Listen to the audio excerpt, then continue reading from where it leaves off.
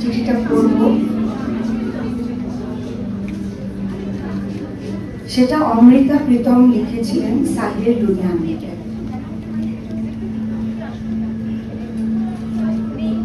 আমার প্রিয়, যখনই আমি একটা গান লিখতে বসি আমার মনে হয় যেন তোমাকে চিঠি লিখছি। লোকগানের গায়করা কখনো কাককে দুধ বানায়, আবার কখনো কবুতরের পায়ে বেঁধে পাঠায় বার্তা, কিন্তু সেসব দিন চলে গেছে যখন এক নারী বার্তাবাহী পাখির পায়ের সুতো ছিঁড়ে পথ চলা মানুষের জামার প্রান্তে বেঁধে দিত। ভাগ্যবান তারা যারা কোনো দূতের পায়ের ছাপ ধরে হাঁটতে পারে, কিন্তু যখন কাউকে চিঠি পাঠানোই সম্ভব হয় না তখন শুধু হাওয়ারাই থাকে যাদের আঁচলে বেঁধে দিতে পারি মনের কথা। যেমন কালিদাসের দূত হয়েছিল একখানা মেঘ, আমার প্রতিটা গানও তেমনই হয়ে উঠেছে তোমার কাছে পাঠানো একটা চিঠি। আমি আজও মনে রেখেছি প্রথম যেদিন তোমায় দেখি, এক অচেনা গ্রাম ছিল ওটা। আমি ভাবছিলাম এই গ্রামটা কেমন অদ্ভুত, কিন্তু তোমায় দেখে তো অদ্ভুত লাগেনি। কেন? একদিন তুমি আমার বাড়ির দোরগোড়ায় পা রাখলে, তোমার গলা শুনেছিলাম, মনে হয়েছিল যে বাতাসে তোমার নিঃশ্বাস মিশছে তা যেন আপনি সুগন্ধি হয়ে যাচ্ছে। একদিন তুমি এলে, তোমার হাতে একটা কাগজ, আমি বললাম পড়ে শোনাবে। তুমি পড়লে নিজের লেখা গান। আমি যেন কখনো এমন কণ্ঠস্বর শুনিনি, এমন গান তো দূরস্থ। আবার আসবো, এটাই ছিল তোমার জীবনের প্রথম প্রতিশ্রুতি। তোমার পাঠানো প্রথম চিঠি আমি পেয়েছিলাম 30 তারিখে আসবো। তোমার এক লাইনেই আমার অপেক্ষার রং বদলে গেছিল। তারপর আর কোনো চিঠি আসেনি। আজ আমার প্রিয়, আমি তোমাকে আমার শেষ চিঠিটা লিখছি, আর কোনোদিন লিখবো না।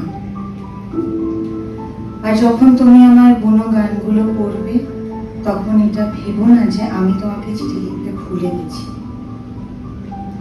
এই দুহাতে আমি শুধু বুনো গান লিখে যাব, সেই নতুন ভোরের অপেক্ষায় যে ভোর বদলে দেবে এই কালো সমাজকে, এই ব্যবস্থাকে, যা জন্ম দেয় শুধু শিকারীদের আর জঙ্গের। আর যদি সেই উজ্জ্বল ঝলমলে সকাল আমার জীবনে আসে, আমি তোমাকে আবার একটা সোনালী চিঠি লিখব, আমার ভালোবাসায় ভরা। ইতি অমৃতা প্রীতম।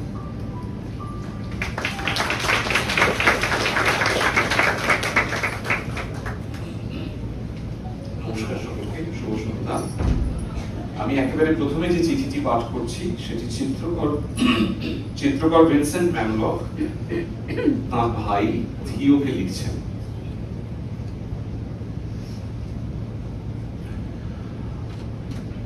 আমাকে অনেক কিছু করতে হবে, তবু আমার স্থির বিশ্বাস সফল হব। তবে সময় যে লাগবে এ কথা শুধু ফরাসি চিত্রকরই নয়, সবাই বলে। মাত্র 40 বছরের অধ্যবসায়, মানসিক শ্রম আর মনোযোগ লেগেছিল আমার। সব কাজ করতে গেলেই প্রচুর খাটতে হয়, আঁকতে গেলেও বিস্তর স্টাডি করা যায়। তবু কখনো কখনো একটা মানুষ নিজেকেই জিজ্ঞেস করে, আদৌ কি করে সফল হব? রাতে আমি হাতরান্ত থাকি, সকালে যতটা তাড়াতাড়ি উঠতে চাই কিছুতেই পারি না। মাথাটা কখনো রাম ভারী হয়ে থাকে, আবল তাবল চিন্তা করে ভাবনাগুলো সব জড়িয়ে মরিয়ে যায়। এই কতগুলো বছর আমার যেমন উথাল পাথাল কাটলো, সেসব পেরিয়ে ধাতস্থ হওয়া আর স্বাভাবিকভাবে নিয়মিত স্টাডি করার কাজটাও সবসময় অত সহজ না। যখন অতীতের কথা ভাবি আর ভাবি সেই ভবিষ্যৎ নিয়ে যা প্রচন্ড বাধা বিপত্তিতে ভর্তি। ভাবি সামনে এই যে এত কঠিন কঠিন কাজ পড়ে আছে, যেগুলো আমার মোটে ভালো লাগে না, যেগুলো আমি বা আমার ভেতরের শয়তানটা খালি এড়াতে চায়, যখন ভাবি যে এতগুলো চোখ শুধু আমার দিকে নজর রাখছে, আমি সফল না হলেই যারা কুচ্ছের দোষ খুঁজে পাবে আর যা তা নিন্দা করবে, তখন যা কিছু খুব ভালো আর একেবারে নির্ভুল, ওরা সেসব কিছু নিয়েই এতকাল ধরে এত কিছু জানে যে ওদের মুখের ভাবখানা এরকম হবে, আমরা তো তোমাকে সাহায্য করেইছি, তোমাকে আলো দেখিয়েছি, কিন্তু তুমি নিজে কি সত্যি সত্যি চেষ্টা করেছো? হে, আমাদের পরিশ্রমের ফল তাহলে কি? পুরস্কারই বা কোথায়? যখন এইসব ভাবি, দুঃখ, হতাশা, ব্যর্থতার ভয়, অপমানের কথা ভাবি, তখন আমার ইচ্ছে করে এই সব কিছু থেকে যদি দূরে, অনেক দূরে থাকতে পারতাম। তবুও কাজ করে যাই সাবধানে, ওগুলোর সঙ্গে লড়াই করবার শক্তি যাতে পাই সেই আশায়, যাতে আমার জানা হয়ে যায় এইসব ভয়াল নিন্দা অপবাদের মুখে কি উত্তর দেব, আর যাতে এই বিশ্বাসটা করতে পারি যে যদিও মনে হচ্ছে প্রায় সবকিছুই আমার বিরুদ্ধে, তবু আমি যে লক্ষ্য নিয়ে পথে নেমেছি সেখানে পৌঁছব। আর ঈশ্বর যদি চান আমি যাদের ভালোবাসি তাদের অন্তত কারো কারো কাছে আমার কাজ বেশ পছন্দের হয়ে উঠবে, আর একই সঙ্গে প্রশ্রয় পাবে আমার পরে যারা আসবে তাদের।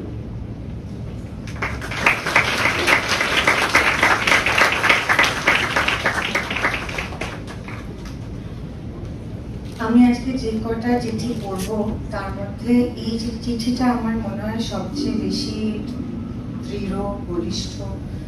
প্রেম নিশ্চয়ই আছে, কিন্তু একটা অদ্ভুত কনফিডেন্সও আছে, সেলফ রেসপেক্টও আছে। সেই জন্য আমার মনে হয় এই চিঠিটা আমার সবচেয়ে বেশি প্রিয়। এটা ফ্রিডা কালো লিখেছিলেন দিয়েগো রিভেরাকে। মেক্সিকো, 1953। প্রিয় মিস্টার দিয়েগো, আমি এই চিঠিটা লিখছি হাসপাতালের একটা ঘর থেকে, ঠিক অপারেশন থিয়েটারে ঢোকার আগের মুহূর্তে। ওরা বারবার বলছে তাড়াতাড়ি করতে হবে, কিন্তু আমি ঠিক করেছি লেখা না শেষ করে যাব না। অপূর্ণ কিছু ফেলে রেখে গেলে শান্তি পাবো না, বিশেষ করে এখন যখন আমি বুঝে গেছি ওরা ঠিক কি করতে চাইছে। আমার গর্ভে ছুরি চালাতে চাইছে ওরা, একটা পা কেটে ফেলবে। যখন ওরা বললো অ্যাম্পুটেশন করতে হবে, অদ্ভুত ভাবে ব্যাপারটা আমাকে মোটেও কাঁদাতে পারেনি। সবার ধারণা ছিল আমি ভেঙে পড়বো, কিন্তু না, আমি তো অনেক আগেই একটা অপূর্ণ মানুষে পরিণত হয়েছিলাম, যেদিন তোমায় আবার হারালাম। আগেও হারিয়েছি অবশ্য সহস্রবার, তবু আমি টিকে আছি। ব্যথাকে আমি কখনো ভয় পাইনি, এটা তুমি জানো। ব্যথা তো জানো আমার সত্তারই অংশ, তবে এটাও সত্যি তোমার প্রতিবারের প্রতারণায় আমি ছেড়ে ছেড়ে গেছি। শুধু আমার বোন না, তুমি তো আরো কতজনের সঙ্গে সম্পর্ক করেছো। কি করে ওরা এমন একটা লোকের পাল্লায় পড়ে বলো তো? তুমি ভেবেছিলে আমি ক্রিস্টিনার জন্য রেগে গেছিলাম? তোমায় আজ একটা কথা বলি, না, ওর ওপর রাগ করিনি, করেছিলাম তোমার ওপর, সবচেয়ে বেশি আমার নিজের ওপর। কারণ আমি আজও বুঝে উঠতে পারিনি তুমি কি চাও, ওরা কি দেয় তোমায় যে আমি দিতে পারিনি। নিজেদের বোকা বানিয়ে আর লাভ নেই দিয়েগো, নিজেদের বোকা বানিয়ে আর একেবারে লাভ নেই। আমি তোমাকে সব দিয়েছি, সব, যতখানি একজন মানুষ দিতে পারে। তুমি জানো সেটা, আমরা দুজনেই জানি। তবু কি করে তুমি এতগুলো মেয়েকে সম্মোহিত করতে পারো, যেখানে তুমি একটা ভয়াবহ বিচ্ছিরি দেখতে হারামজাদা ছাড়া কিছুই নও? এই চিঠিটা আমি তোমাকে দোষ দেওয়ার জন্য লিখছি না। যত দোষারোপ করার ছিল আমরা তো বহু বহু জন্ম ধরে করে আসছি। লিখছি কারণ এবার আমার একটা পা কাটা হবে। হতভাগা পাটা যা চেয়েছিল তাই হলো। তোমায় তো আগেই বললাম, নিজেকে আমি অনেক কাল ধরেই অসম্পূর্ণ মনে করি, কিন্তু সেটা প্রকাশ্যে ফাঁস হয়ে যাবে কেন বলতো? এবার ভাঙা চোরা আমিটাকে সবাই স্পষ্ট দেখতে পাবে, তুমিও। তাই অন্যরা কানাকানি শুরু করার আগেই তোমাকে খবরটা দিলাম। ক্ষমা করে দিও, তোমার বাড়িকে বলা হলো না। কিন্তু আমার এই শারীরিক অবস্থায় ঘর ছেড়ে বের হওয়া তো দূরের কথা, টয়লেটেও যেতে পারছি না। আমি এই চিঠিটা দয়া ভিক্ষি করে লিখছি না, তোমার অপরাধ বোধও জাগাতে চাই না। আমি লিখছি কারণ আমি তোমাকে ছেড়ে দিচ্ছি, তোমাকেও কেটে বাদ দিচ্ছি আমার জীবন থেকে। তুমি সুখে থেকো, আর কখনো আমায় ফিরিয়ে নিতে চেও না। আমি তোমার কোনো খোঁজ খবর রাখতে চাই না, আর চাই না তুমিও আমার কোনো খোঁজ খবর রাখো। মরে যাওয়ার আগে যেন এই আনন্দটা পেতে পারি যে তোমার বিভৎস আর বিষাক্ত মুখটা আমার বাগানের ধারে কাছে আর দেখতে পাবো না। এই তো, আর কিছু না। এবার শান্ত মনে গিয়ে শরীরটা কাটতে দিতে পারি।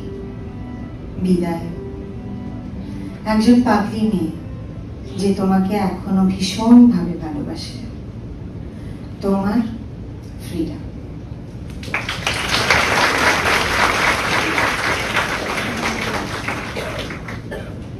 এটা ওই সিনেমাটাতে ওই ব্যালকনি থেকে যে দৃশ্যটা দেখে তারপরে পরে লেখা চিঠিটা, সিনেমাতে একটা দৃশ্য আছে। আমি আর স্বস্তিকে আলোচনা করিনি যে কে কোন অর্ডারে চিঠি পড়বো, কিন্তু আমি এখন যে চিঠিটা পড়বো, এই চিঠিটার পরে এই চিঠিটার একটা আলাদা মানে বহন করে। এইটা হচ্ছে আপনাদের এখানে কারো বাওয়াল চলছে, কারো রিলেশনশিপে চাপ, এখন বলা হয় ইস্যুস, সেগুলো যদি চলে তাহলে চিঠিটা আপনাদের ভালো লাগবে। এমনিতে তো দুজন বসে চিঠি পড়ছে, খুবই বোরিং টাইপের অনুষ্ঠান, কিন্তু মাঝে মাঝে তার মধ্যে বিনোদনের রসদ থাকলে এইটার মধ্যে আমার মনে হচ্ছে আছে। যাদের বাওয়াল চলছে বা চাপ চলছে তারা মন দিয়ে শুনবে, সমাধান হবে না, বেড়ে যাবে। আর অস্কার ওয়াইল্ডকে 1895 সালে সমকামের অপরাধে কারাদণ্ড দেওয়া হয়। জেলে থাকতে তিনি তার প্রেমিক অ্যালফ্রেড ডগলাসকে একটি দীর্ঘ চিঠি লেখেন, যা পরে বই হয়ে বেরোয়। সেই চিঠির একটু অংশ পড়ছি।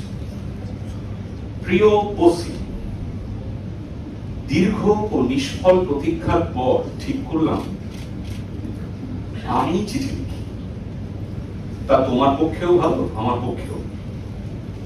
কারণ ভাবতে ভালো লাগে না যে দুটো বছর জেলে ছিলাম, কিন্তু তুমি একটা লাইনও লেখনি, একটা খবরও দাওনি।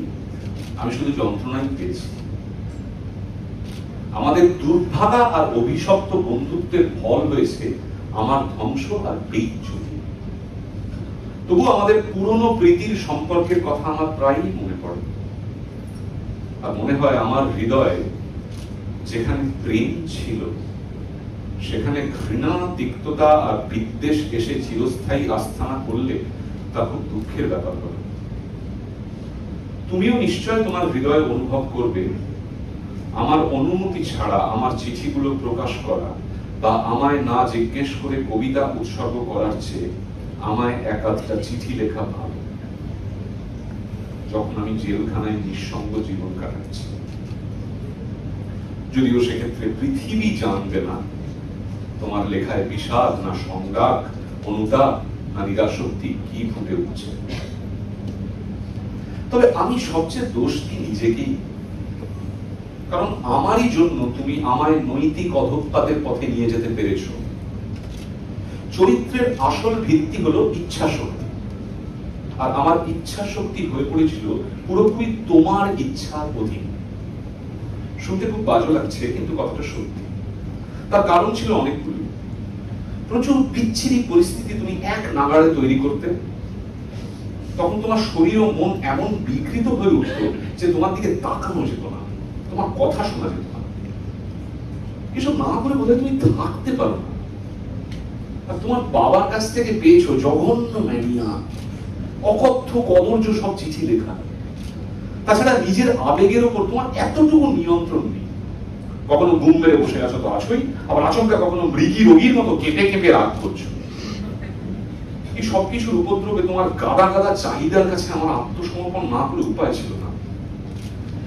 এগুলো নিয়েই আমি ওই চিঠিটা লিখেছিলাম, যেটা তুমি ওই স্যাভয় নাকি একটা হোটেলে ফেলে এসেছিলে, যেটা তোমার বাবার উকিলরা আদালতে দেখিয়েছে, যেখানে আমি আর্জি জানিয়েছিলাম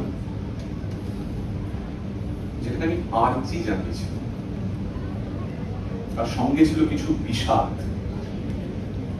যদিও তুমি বিষাদের উপাদান বা প্রকাশ চিনতে পারো বলে আমার মনে হয় না।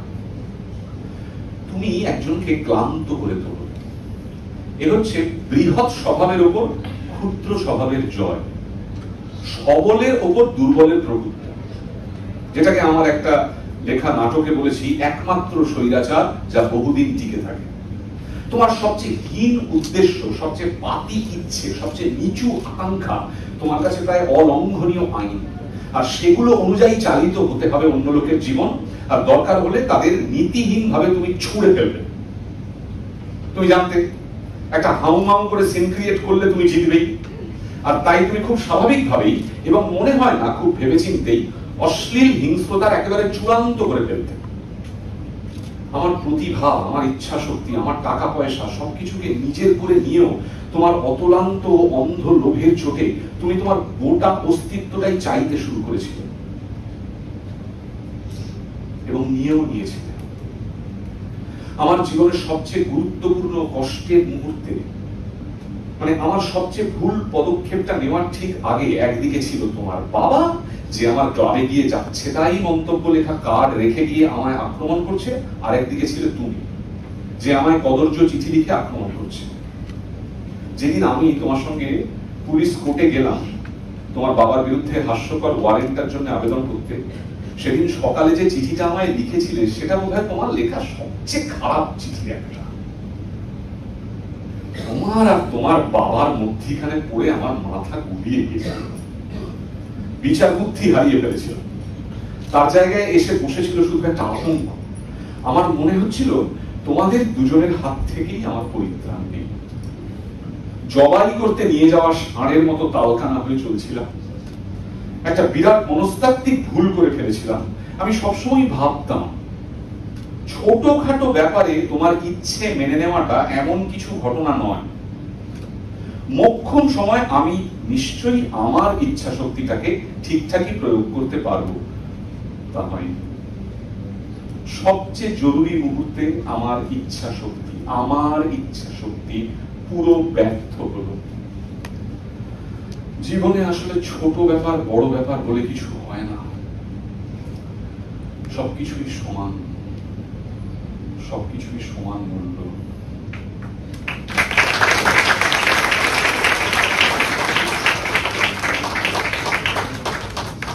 চিঠি লেখুন গিয়ে বাড়িতে, হোয়াটসঅ্যাপ। আমাকে যবে চিঠিগুলো পাঠানো হয়েছিল আর আমি যতবারই পড়েছি, পড়ে একটা কথাই মনে হলো যে unrequited love is the best kind of love. Rest everything is farce. যে ভালোবাসাটা বা যে প্রেমটা পরিপূর্ণতা পায় না, এত তাবড় প্রেমের চিঠি পড়ে মনে হচ্ছে ওটাই আসল প্রেম। আর ওর সঙ্গে দেখা হওয়ার পরে মনে হলো যে লাস্ট 10 বছরে বাংলা সিনেমায় আমরা যে অপরিপূর্ণ প্রেমের প্রতীক সেটাকে ক্রস করে যেতে গেলে অনেকটা সময় লাগবে। we have reached there as characters. R